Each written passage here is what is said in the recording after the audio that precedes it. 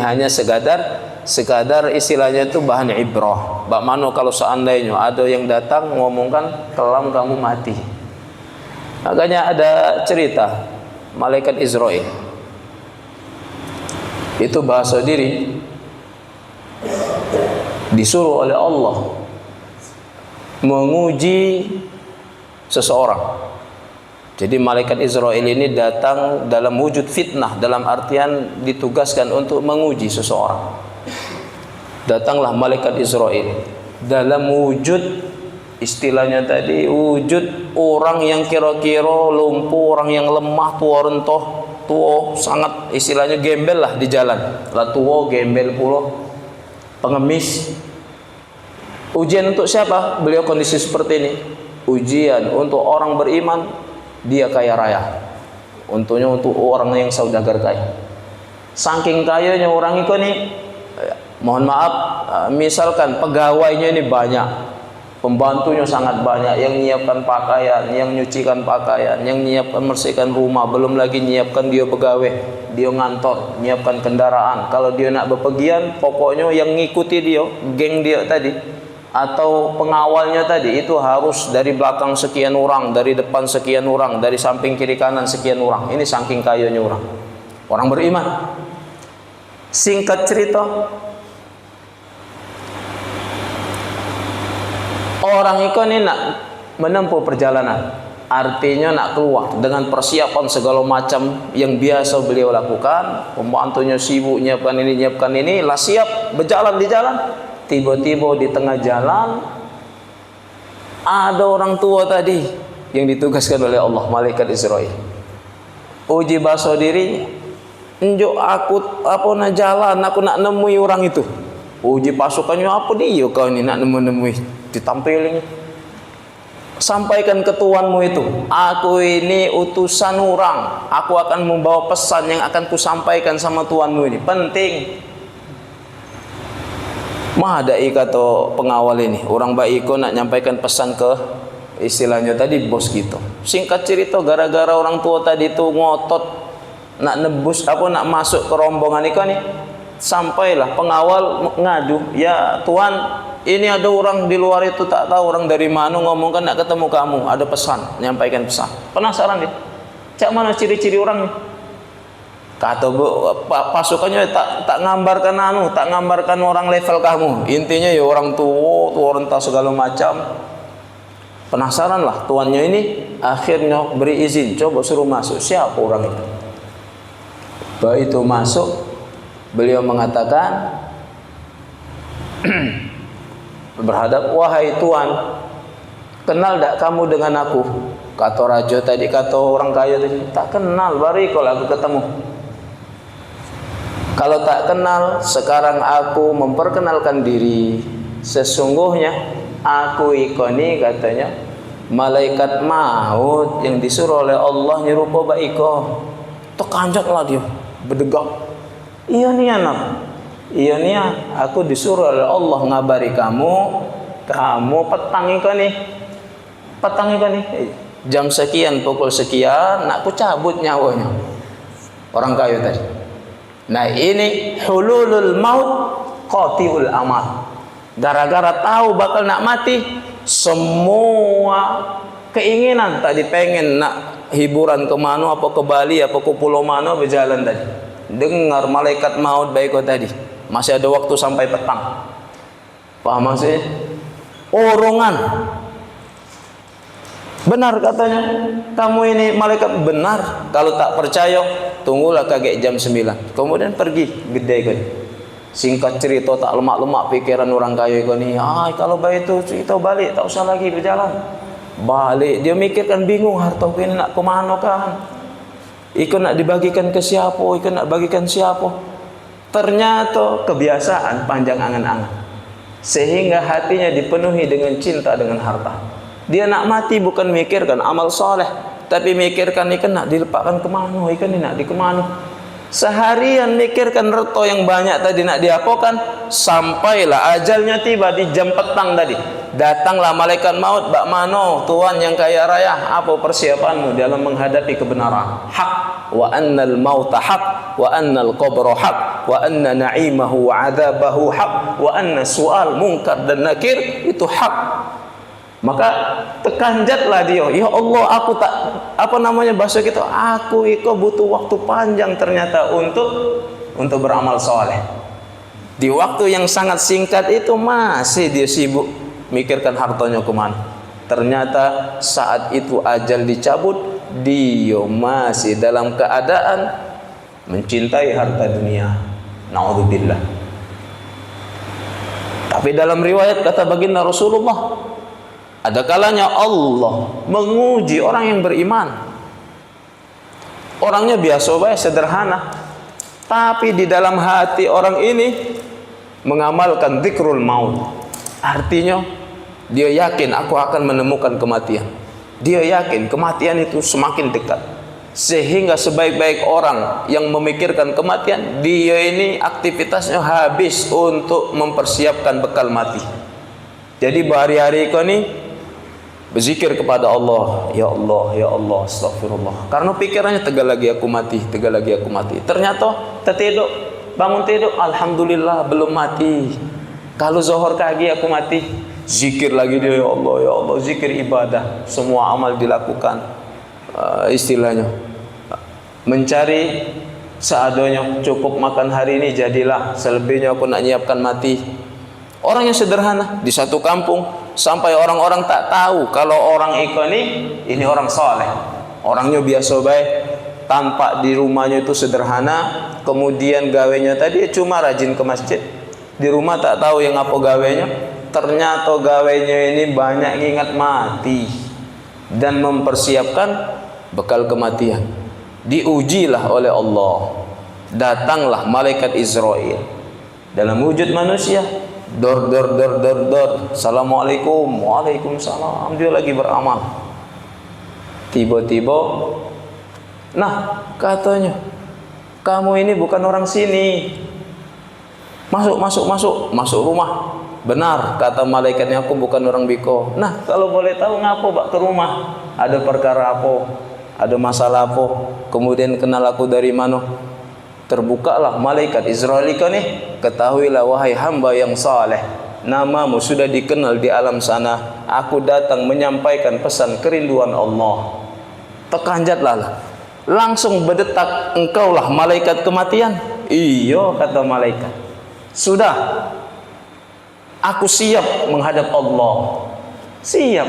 Padahal malaikat datang tadi nak ngejuk tahu kagi kamu mati ke ni kelam setelah subuh. Paham maksudnya? Nah katanya, ngapa bak masih nak ditunda kelam? Akulah jerih nahankan badan sujud setiap hari. Akulah jerih nahankan lapar perut untuk berpuasa. Akulah jerih nahankan penatnya lututku selalu tegak di dalam memuji Allah. Ini bahasa dirinya, cabutlah bak hari biar berakhir semua kejerihanku ini. Kata malaikat, bersabar, kelam sudah subuh, engkau akan dipanggil oleh Allah. Pamit malaikat. Mulailah dia mempersiapkan diri. Nah ini kenapa? Siap, karena sebelumnya dia lah terbiasa amal soleh. Sehingga kebiasaan amal soleh ini yang menjadikan dia semakin siap.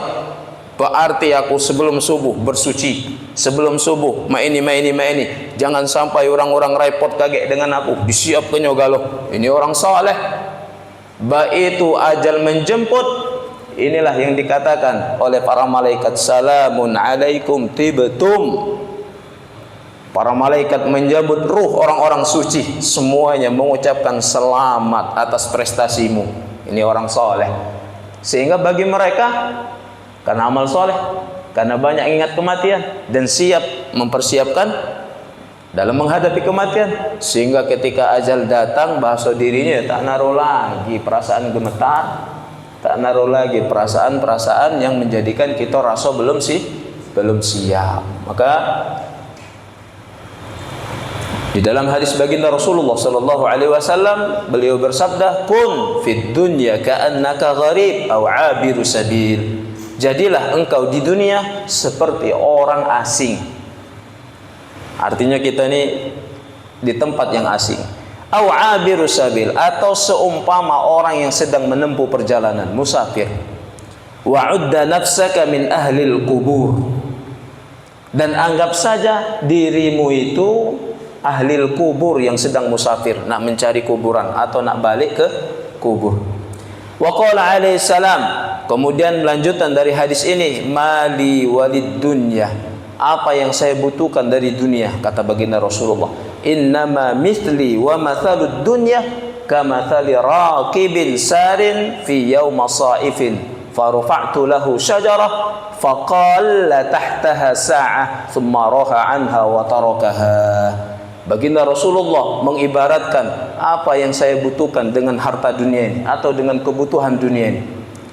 Kenapa? Karena saya dan dunia ini itu seumpama orang menempuh perjalanan di tengah siang hari yang panas, kemudian ketemu batang besak beteduh. Karena panas, dahaga panas, bertemu batang besak, berteduh, istirahat tegal. Itu makna qalla atau qailulah. Qailulah itu panas berdenting-denting dari jam 11 ke jam 1. Itu kan puncak-puncaknya panas gitu. Maka disunnahkan oleh Rasulullah qailulah, istirahat sejenak, barang tidur atau bersender atau meninggalkan aktivitas. Misalkan kita nukang, ya stop dulu. Misalkan kita berkantor, maka stop dulu, itu istirahat sejenak, merefresh. Jangan sampai kaget samar gelap oleh gawean. Nah, kira-kira di saat-saat panas itu kita ketemu batang besak, istirahat. Tentunya ini belum sampai tujuan, namanya istirahat musafir. Istirahat itu Tegal bae. Ibarat kita di jalan tol rest area, Tegal bae di rest area tadi. Selanjutnya masih nak berjalan. Tsumma raha anha wa tarakaha. Kemudian melanjutkan perjalanan dan meninggalkan syajarah atau pohon yang kita naungi. Nah, kira-kira dunia tadi baik, batang yang besar tadi. Kalau orang stop di batang besar lah, kelemahan, dapat angin, apalagi ada mata air misalkan, sehingga dia tak tahu lagi nak melanjutkan perjalanan. Dia menghabiskan waktu lama-lama di bawah batang tadi. Nah, inilah seumpama orang-orang yang lalai akan pentingnya alam akhirat. Wa fil ikthar min dzikril maut wal istish'ar qurb nuzuli fawaidin jalilah wa manafi'un katsirah. Di dalam banyak mengingat mati atau merasakan dekatnya ajal, dekatnya kematian, itu mengandung faedah yang besar, kemudian manfaat yang banyak. Beliau ringkas itu 5 manfaat. Pertama, siapa yang banyak ingat mati, pasti mereka az-zuhdu fid dunya. Mereka pasti zuhud dengan dunia. Artinya tidak tergila-gila dengan dunia, biasa baik. Wal qana'a bil yasir minha. Mereka punya karakter qanaah. Qanaah itu bahasa dirinya apa qanaah? Merasa cukup dengan pemberian rezeki yang sedikit dari Allah. Dikit oleh ini itu bersyukur. Yang penting aku bisa makan. Tak naruh ambisi harus lebih banyak. Sehingga qanaah ini yang memutuskan seseorang daripada hubbud dunya, cinta dengan dunia. Jadi harus punya sifat qanaah. Kalau tak naruh merasa cukup ikon maka bablas. Kita ini ya pasti terlewat kalau bahasa diri. Tak pernah merasa puas. Gaji sebulan 5 juta. Kalau tak qanaah mereka menginginkan 10 juta. Kalau tidak qanaah, mereka menginginkan 20 juta. Tidak qanaah, menginginkan lebih banyak lagi. Ini akan terus menerus. Sehingga karakter manusia selalu dalam keadaan takatsur. At-takatsur, alhaakumut takatsur. Selalu mereka pengen banyak, tak pernah merasa puas. Maka penting orang beriman punya sifat qanaah. Yang ketiga, wa mulazamatul a'malus salih. Pasti kalau dia banyak ingat mati, dia akan bahasa kitanya memaksa badannya supaya melakukan amal saleh. Karena amal saleh adalah bekal akhirat. wa mujanabatis sayyi'at wal mukhalafat, dan maksa badannya supaya menghindari perbuatan maksiat, wal mubadarah bit taubati ila Allah. Yang kelima, dia akan segera bertobat kepada Allah. Ini manfaat banyak mengingat mati. Sebaliknya, wa fi nisyani dzikrul maut wa italatul amal. Sebaliknya, lawannya, dia melupakan dekatnya ajal gara-gara masih banyak angan-angan. Pasti mempunyai karakter syiddatur rughbah fid dunya, ambisi yang kuat untuk mendapatkan dunia.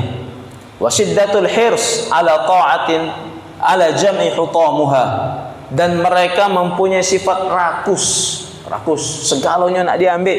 Ini rakus, sangat rakus untuk mengumpulkan kemegahan dunia. Wa tamattu' bi syahwatiha. Yang ketiga, mereka pasti tamattu, bersenang-senang dengan syahwatnya. Wal ightirar bi zakharifuha, dan mereka pasti tertipu dengan keindahan dunia.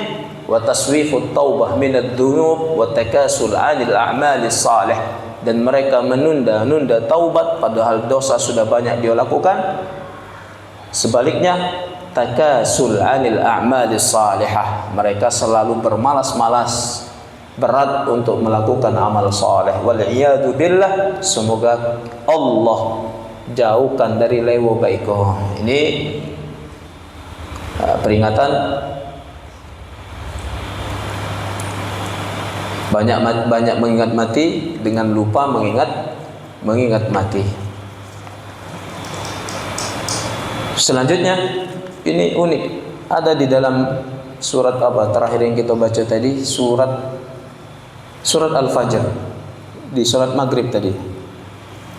Fa idza ghalaba 'ala qalbil insan isti'aru tulal baqa' fid dunya ghalaba 'alaihi al-ihtimam lah.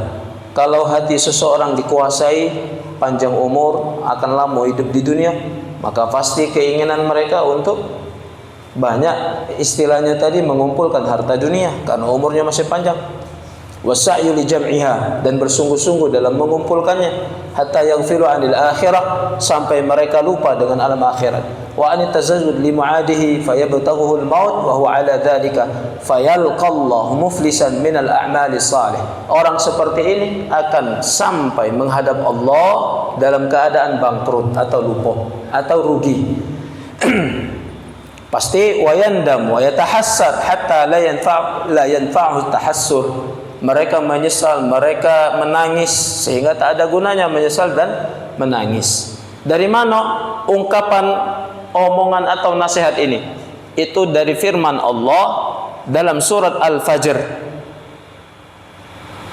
Bagaimana ayatnya itu? Yaqulu ya laitani qaddamtu li hayati. Ketika ajal sudah menjemput, maka rata-rata orang-orang yang angan-angannya panjang itu berkomen baiko, yaqulu ya laitani qaddamtu li hayati.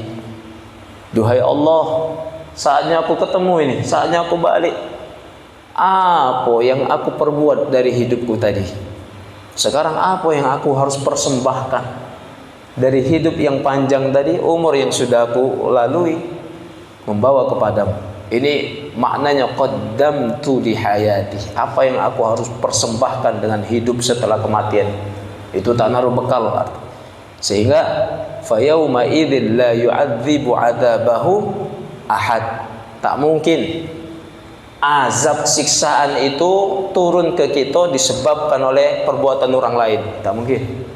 Azab itu, menderitanya kita di alam kubur itu oleh karena kita seorang yang melakukan atau yang membuat penderitaan itu. Wala yusiqu wasaqahu ahad. Sebaliknya, senang seseorang di alam kubur itu bukan berarti oleh perbuatan orang lain, tapi perbuatan yang sudah mereka persiapkan semasa hidup. Ya ayyatuhan nafsul mutmainnah, duhai jiwa yang tenang, beruntunglah kalian. Kembalilah kepada Tuhanmu dengan membawa ridha. Irji'i ila rabbiki radiyatan mardiyah fadkhuli fi ibadi wadkhuli jannati. Itu akhir surat Al-Fajr. Maka leman-leman baca ayat itu. Itu numbuhkan hati supaya sadar, aku ni nak mati. Itu yaqulu ya laitani qaddamtu li hayati. Bahasa dirinya, Ya Allah, yang apa yang nak aku persembahkan, atau yang apa bekalku dalam menghadapi hidup setelah kematian. Nah, ada juga Allah abadikan di dalam surat Al-Mu'minun ayat 100, ayat 99. Rabbirji'uni la'alli a'malu salihan fima taraktu kalla. Ketika orang sudah meninggal, masuk alam kubur, ajalnya lah dicabut, ruhnya sudah dicabut. Mereka komentar, Rabbi irji'uni, ya Allah, pacak doh kembalikan aku ke alam dunia. Ngapa kata Allah? La'alli a'malu salihan fima taraktu kalla, supaya aku pacak melakukan amal soleh yang dulu semasa hidup aku tinggalkan. Ini penyesalan orang yang sudah ada di alam kubur. Thumma idza marada al-insan fayanbaghi lahu an ya'khudha fi at-taubah wal ikthar min al-istighfar wa min adh-dhikri lillah wal i'tidhar ilayhi min salafa isa'ahu wa ghaflatah.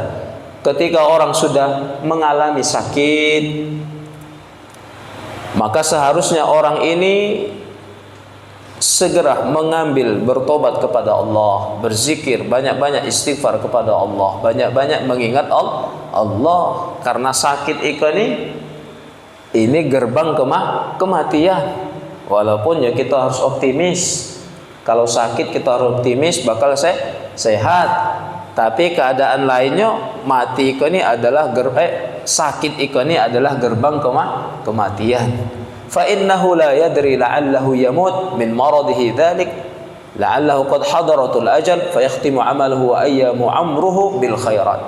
Kita tidak tahu apakah dari sakit ini dia mati apa enggak. Nyatanya kalau seandainya mati, kata beliau ini, berarti kita mengakhiri sisa hidup kita dengan amal soleh atau sudah bertobat kepada Allah. Maka kalau demam, cepat-cepatlah bertobat. Siapa tahu itu ajal. Maka dalam keadaan demam bertobat kepada Allah, artinya kita sudah masuk dalam kategori husnul khatimah, menutup umur kita dengan amal saleh. Sekarang wa ma'a dzalik fayanbaghi an yakuna halur raja' huwal ghalib 'alal marid.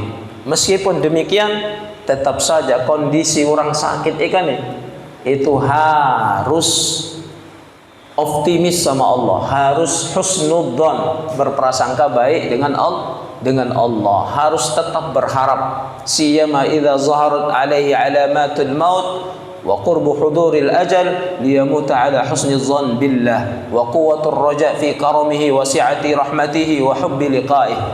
Kalaupun sakit ini menghantarkan seseorang mati ke dalam ajal, maka paling tidak kondisi imannya, kondisi perasaannya saat itu kondisi sedang berprasangka baik dengan Allah, sedang senang untuk berjumpa dengan Allah.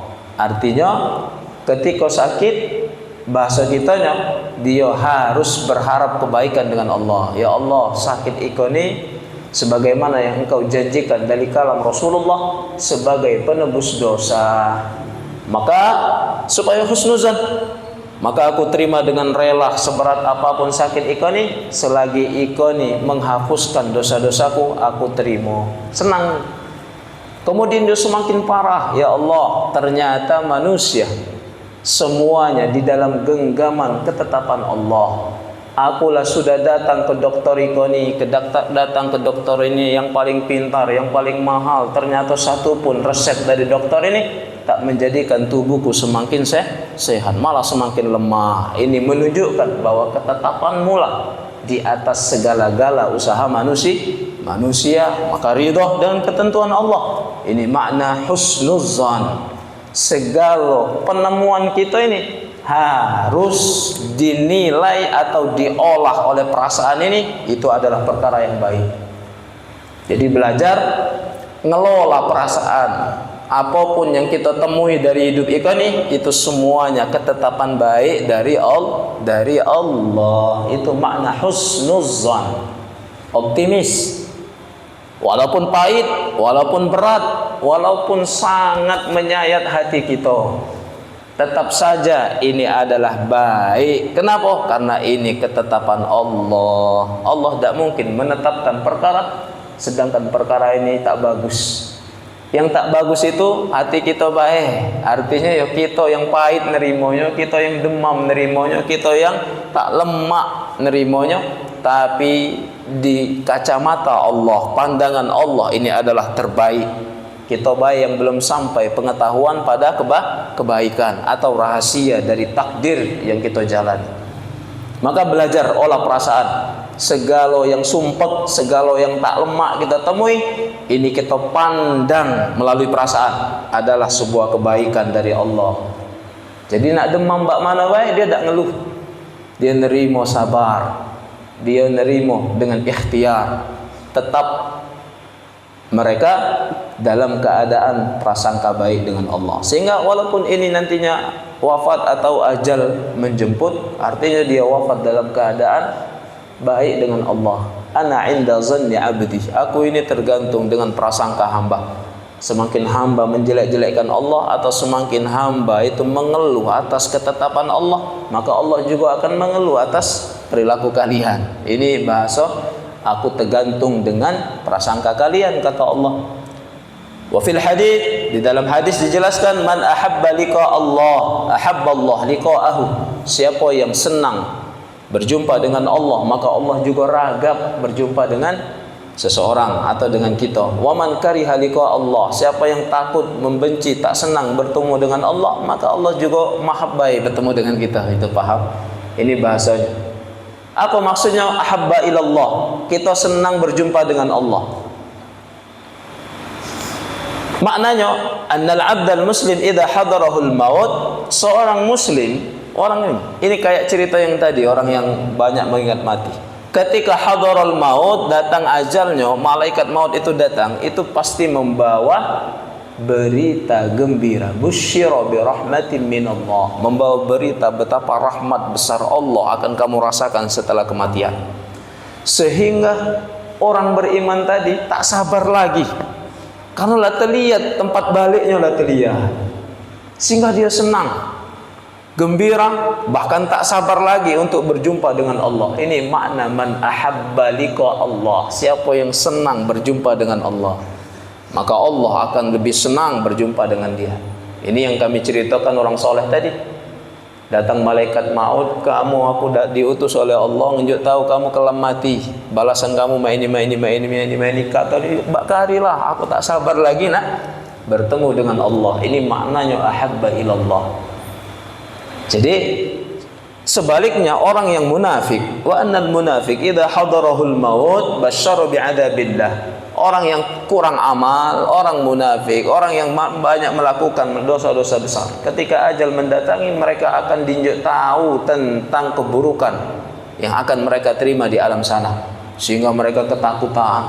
Kaki be aku mati, aku tak senang ketemu Allah. Kenapa? Karena takut dengan balasan mereka perbuat. Maka bahasa Allah fakari halika Allah. Allah juga maha baik ketemu dengan orang baik. Ini bahasa kita. Bahasa hadisnya, siapa yang cinta atau suka, senang berjumpa dengan Allah, maka Allah lebih senang berjumpa dengan. Sebaliknya, siapa yang tak senang berjumpa dengan Allah atau membenci, nolak ketemu dengan Allah, maka Allah juga nolak ketemu dengan orang. Fal mu'minuna al-muttaqun yubasyiruna bi rahmatillah inda khurujihim minad dunya. Orang-orang mukmin bertakwa, bekal amal saleh yang banyak, mereka mendapatkan berita gembira dengan rahmat Allah ketika mereka keluar meninggalkan dunia. Fatakadu arwahuhum an tatayyara min ajsadihim syauqan ila rabbihim wa hubbu liqa'ih. Bahkan terkadang ruh mereka itu tak sabar terbang nak keluar seorang dari jasad tanpa dicabut. Ini orang soleh. Kenapa? Saking rindunya dengan Allah, rindunya berjumpa dengan Allah, sehingga ketika malaikat maut mencabut, itu nyabut dengan mudah. Kenapa? Karena ruhnya lah terbang seorang, tinggal muka pintunya baru terkeluar. Ibarat bahasa diri, badan ikan kan sangkar, badan ikan ini mobil atau kendaraan, sedangkan supirnya tadi itu ruh kita. Ruh kita ini yang supir. Penumpang kita siapa? Penumpang kita itulah hawa nafsu, itulah kepentingan duniawi, itulah angan-angan yang panjang. Uji hawa nafsu, pir, singgah aku di biko, mau kita belok singgah di siko. Uji hawa nafsu, pir, aku pengen yang itu, mulai gitu ke arah sana. Sehingga orang seperti ini digambarkan di dalam istilah pelajaran tasawuf, mereka itu diperbudak oleh hawa nafsu. Awak kita yang punya mobil, tapi kita menjadikan penumpang tadi sebagai raja. Tapi kalau kita sopir dan kita meyakini mobil itu ndik kita, maka penumpang ini ya milu kita. Kita ke masjid, penumpang mau tak mau harus ke masjid. Kita melakukan amal soleh, maka hawa nafsu mau tak mau tunduk dengan amal soleh. Ini umpama. Maka dalam istilah perkataan ulama ini, Imam Haddad ini, orang bertakwa itu saking rindunya dengan Allah, belum saatnya rohnya tadi keluar dari jasad, rohnya itu sudah keluar ngapung, atau apa bahasa kita, sudah berada di atas jasad. Sehingga ketika malaikat maut tadi nak mencabut, dia tinggal dibukakan lawangnya bae, topak langsung terbang. Itu umpama atau gambaran saking mudanya orang beriman itu di dalam menghadapi sakratul maut. Dijelaskan dalam ayat Allah, wa qala Allah Ta'ala alladzina tatawaffahumul malaikatu thayyibin, dan mereka orang-orang beriman yang wafat dalam keadaan